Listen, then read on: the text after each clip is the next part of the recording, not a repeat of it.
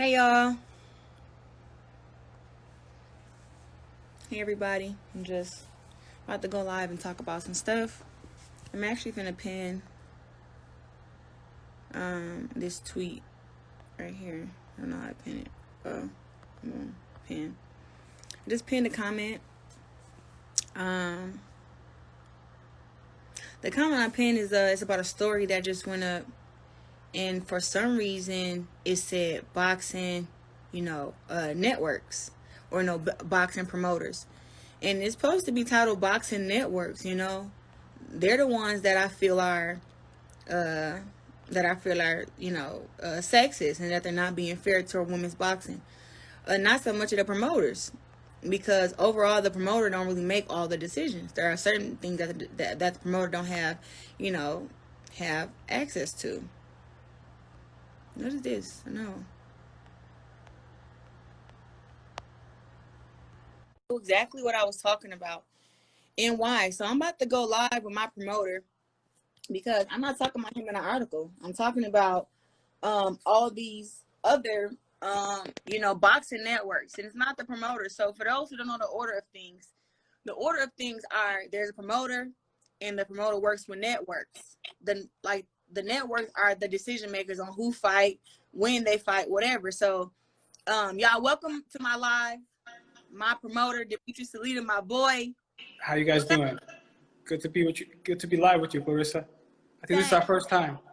Yeah, it is our first time. So, for those who don't know, Dimitri Salita is the promoter of Salita Promotions. He started out boxing. He boxed. Where you from? I'm from Brooklyn. Brooklyn, but no, you Ukrainian. Oh, I'm from the Soviet Union, but I left from the Soviet Union. But when I came, it's Ukraine. So I'm from Odessa, Ukraine now. Right. So. And I came to Brooklyn, New York, and started boxing at Star City Boxing Club. And you and I both have many friends who I grew up with, like Danny Jacobs, Saddam Ali, Shushu was a kid when I was boxing in Star City, Louis Calazo. Those who don't know, fought against Amir Khan. I always tell people that, like, it doesn't matter win, lose, or draw, but he fought against him, and Amir Khan is a big name. So yeah. So as an amateur, I won the nationals. I won the Golden Gloves. I was ranked number 1 in the world. And that's why I fought Amir, and then I progressed to the promoting business.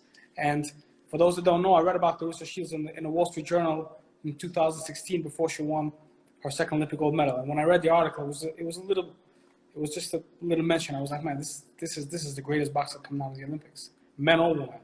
And I believe today, Claressa is going to have the biggest impact on the boxing world, on the sports world, than any man or women boxer in the sport today. She's a historic figure. And that's what I told Claressa, and I'm very honored and happy that I'm part of her team and part of her historic journey. And we've made some tremendous strides. And I want to say the reason why you see Cecilia Brækhus and Katie Taylor and Michaela Meyer, all great fighters, fight on television is because Claressa broke the door. Because Claressa was the first woman to ever fight as a main event fighter on Showtime. Is because she got great ratings, and because she was willing to fight the best fighters in her division, her weight class, to raise women's sports and women's boxing to the next level. Yeah, like I feel like fighters, and I just want to say too, like, we all played our certain part, but I was the first, and I think that goes over people's head. Like, I was the first main event up on Showtime, being a woman. I was the first, and in an article that I have pinned, you guys,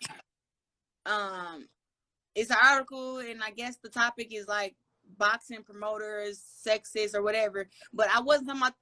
It's even in the article. I say over and over again, the boxing networks, because the promoters have to work with the networks in order to get me to fight. So my promoter, Dimitri Salita, we fought on HBO, we fought on Showtime, we fought on DAZN. Only network that we haven't hit is PBC, ESPN so far. And well, we're going through the worst pandemic known to human history, and when bad things happen, people always say, take care of the women and the children first, but women come first. And Claressa is the woman that made it possible for other women to be successful, to make more money. It's because Claressa, because Claressa you really understood the responsibility that you had from very, very early in your career. And women are making more money in different weight classes all around the world because of Claressa. It's still not what it should be, but it's more because of Claressa.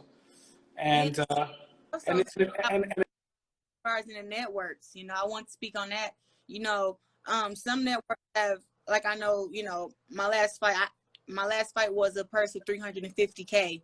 And I speak that out all the time because people need to know the number, you know, and I don't have a problem with letting the world know that, you know, it's because good, but it women should be should be more. fighting. That's right.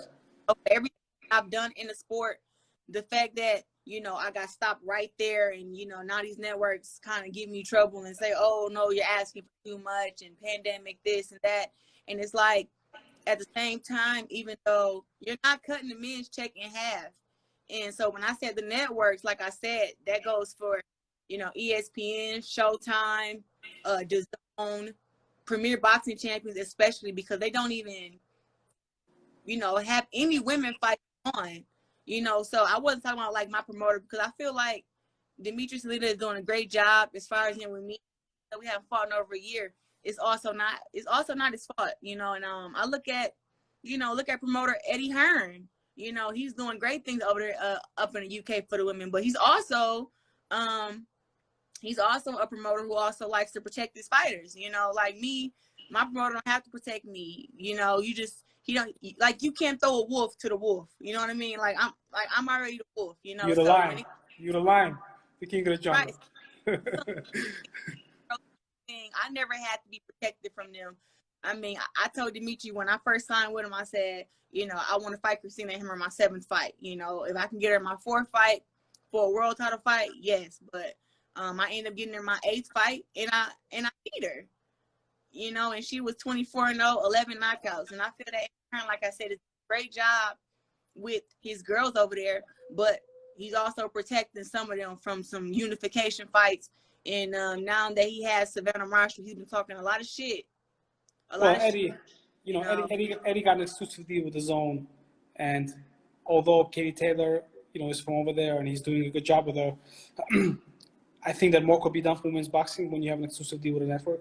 And I feel that when you fought Christina Hammer, that is to me the biggest women's fight of all time, and I think that's gonna stand for a long time until you, Claressa, make a new record of the biggest women's fight of all time. Yeah, you know, just fighting against the best thing that you know, right now, a lot of the fans, Dimitri, have asking me about my next fight. Yes. Who's the best person to talk about it, you know, than you? You can say whatever you want to say about it or whatever you can disclose. Sure.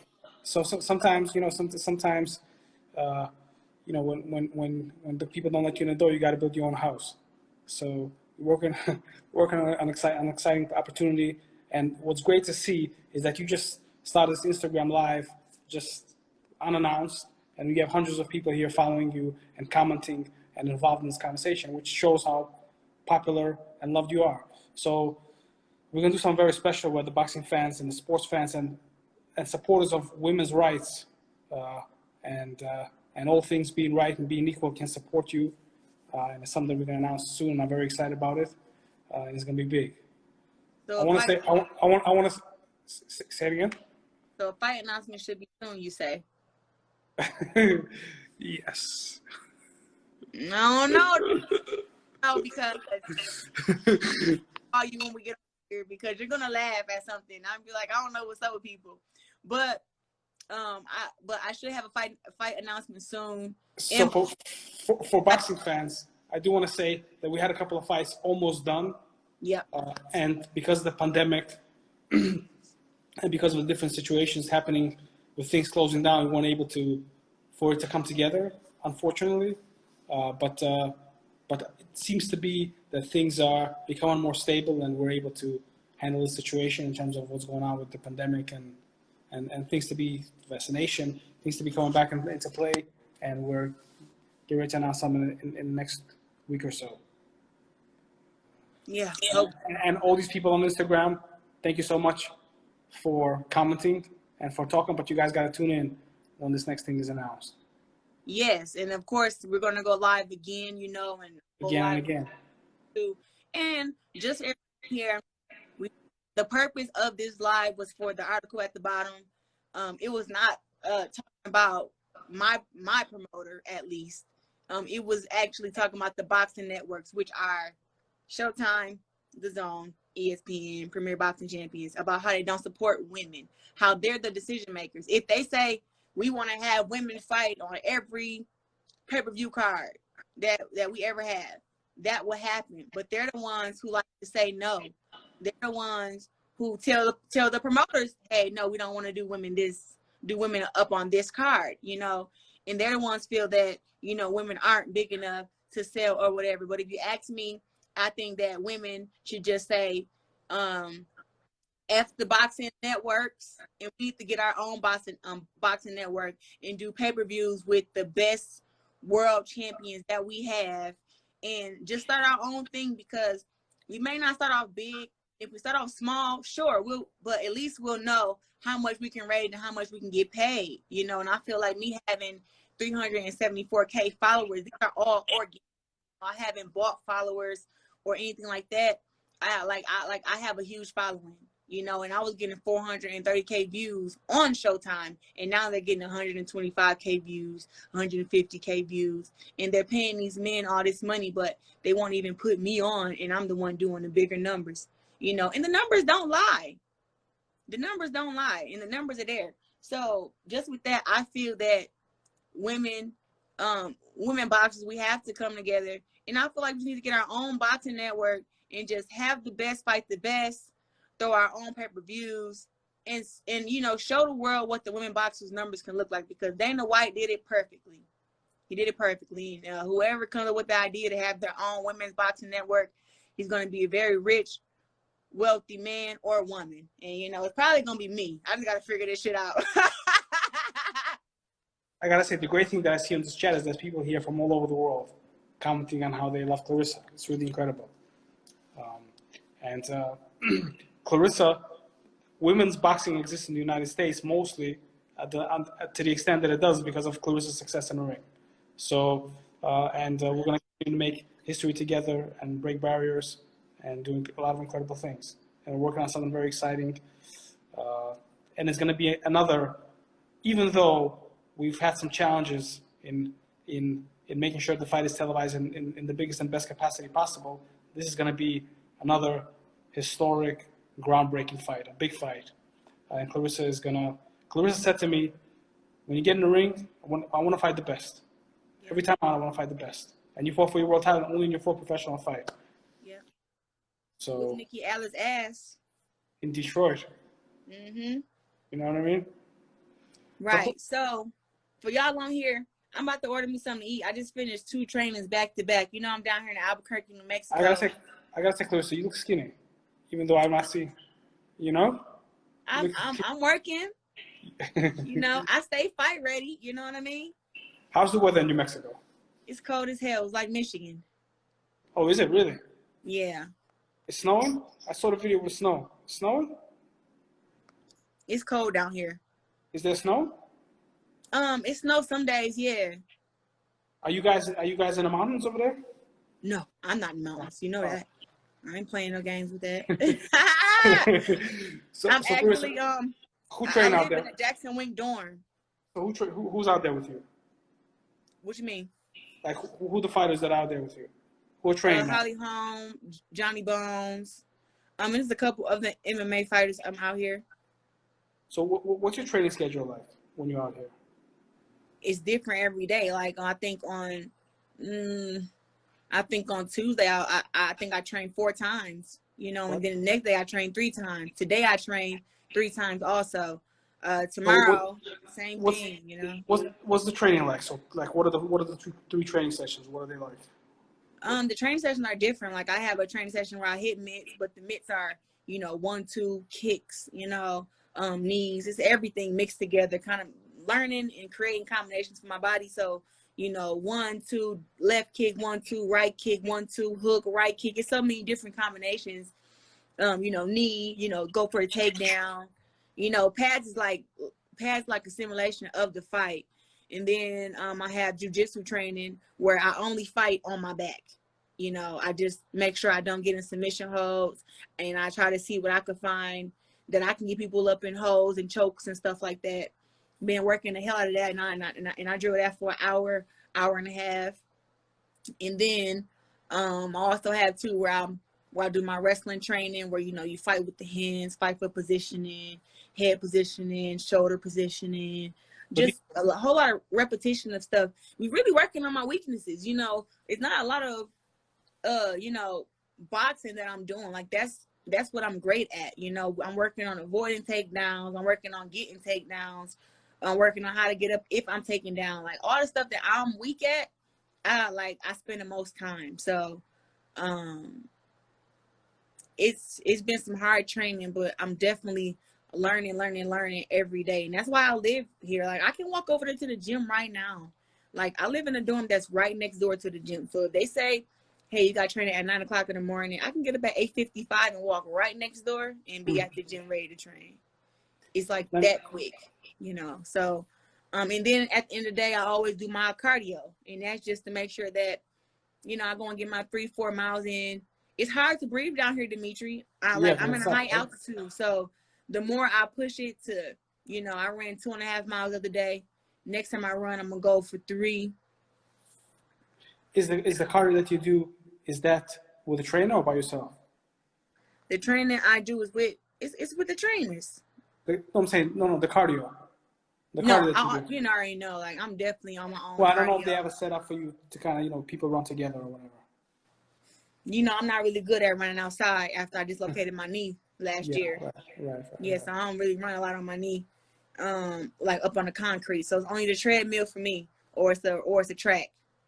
How much do you eat now? I only eat fish. How many days? How many times a day do you eat? I get up and eat a pretty good breakfast: some oatmeal, honey, bananas, boiled eggs, and then I eat after training. Like I'm supposed to be eating actually right now. I need to order me some food, and then I eat again like at 6, 7, but I don't eat after 8:30. Oh, okay. Yeah, I just don't like to eat that late. You know, I got like all my food goes to either my legs or my stomach, so I don't eat after 8:30. So do you feel like you need less time for boxing training camp because you're in such good shape? Do you feel that in boxing you'll be able to focus more on just technique and tactics, so to say, and just training to get better as opposed to making weight? Yeah, I definitely think I only need 4 weeks for the camp because I'm already in shape. And I used to do 6 to 8 weeks because my weight was so high, but I haven't been, you know, I haven't been 185 in forever. Like I walk around at 170 now. Wow. You know, and my New Year's resolution is to walk around at 165. So I got some work to do, you know, with the 5 pounds. And I can work my way down to 165 pounds, but actually walking around at that weight, you know, waking up and being 165 pounds, kind of hard. Right. Somebody said, do women's legs go like guys do with sex? See, a funny thing too, right? I don't have sex 4 weeks before a fight. My man can't touch me. Like there's no sexual activity. And it used to be 6. But now I changed it to 4 the last couple fights. But definitely sex affects women's legs just like it does the men. Yeah, for sure. Yeah. You don't avoid the tough questions. Huh? You don't avoid the tough questions. Nah. I'm definitely gonna talk about it. Yeah. You know. So you think it does? No, I definitely think it do. And I actually tested it out when I was in the amateurs, you know, just trying some shit. And man, like what the fuck? I thought I almost had a girl out there could not push to finish her. She was rocking me. Like this, like I won't say she was rocking me, but she was hitting me and I felt like my legs just could not push. You know, like this girl was holding me on the ropes. I'm like, where the fuck is my legs? And only thing I kept thinking about was like, bro, I just had sex 2 days ago, bro. What the fuck? You know, so I don't do that. Like that was my only time. My only time. Like, no, I ain't doing that junk no more. It's a wrap. That's great discipline on your part. Yeah, and you know what? And it makes the fighter, well, women, especially for me, it just makes me just more you know, like you know how I be fight week, you know, you be kind of scared of me fight week. That's it. Claressa. Yeah, you know, Clarissa. Yeah, you be scared as hell. You be like, I don't know if I can talk to her right now. Yeah. You know, so I be like, really, like, you say something I don't like, I'm just, ooh, you And you know, look, same you way in look, the fight. and you look, for fight week, you always look very skinny. I mean, Yeah, very, very skinny, very, very but mean. you're just a little bit, a couple of pounds over it, but you look really, really good. Yeah, I'm super fit right now. Yeah, yeah, yeah. I just haven't tried to push to lose like a whole bunch of weight. Like I made sure, like I said, I walked around up at 170, but I was big as 190, you know, just 6, 7 months ago. I was Right, huge. right. You know. Sounds good. Somebody said Clarissa is the female Earl Spence. Thank you. Boogie woman. But I mean, with all due respect to Clarence Spence is a great fighter, but as a social figure and as a celebrity and as someone that does things outside the ring for the people, I think Clarissa is like Muhammad Ali to me. Errol Spence is great, he's fantastic, awesome champion, one of the best pound for pound fighters, but yeah. but he doesn't bring to the table all the things that Clarissa Shields brings to the table. I Just mean, not being real. I I mean, think just real. speaking of a lot of, you know, male boxers, they're kind of like one dimensional. Like they don't really like engage with the fans that much. They don't really, you know, get out their comfort zone and do things besides boxing. And I guess that, you know, me, I'm all over. I got my YouTube channel. I'm on Instagram, my Facebook fan page. I'm on Snapchat. You know, I'm doing coat giveaways, turkey giveaways. I'm like all over. So yeah, a lot of boxers are just like, you know, I just want to box and that's it. A lot of them aren't really looking at you know, stepping outside their comfort zone and shit like that. But I love Earl Spence. I love a lot of the male fighters, but they just kind of like to just chill. You know what I mean? Which I used to be the same way because sometimes it can be a lot, but I always try to make time to get back to the people and everything. You know. That's right, and it's fantastic. Yeah. So listen, I'm gonna let y'all go. Dimitri, it was cool talking with you, my man. I'm gonna call you when I get off here. I'm gonna call you. But you know, for everybody on here, like y'all have a good day. Thank you guys for tuning in. Thank you, Clarissa. Yep, and I just want to tell y'all, it's 5 ways to prepare for something. I'm telling you, every day you get up, proper preparation prevents poor performance. Again, proper preparation prevents poor performance. So prepare, and you will succeed. Word out.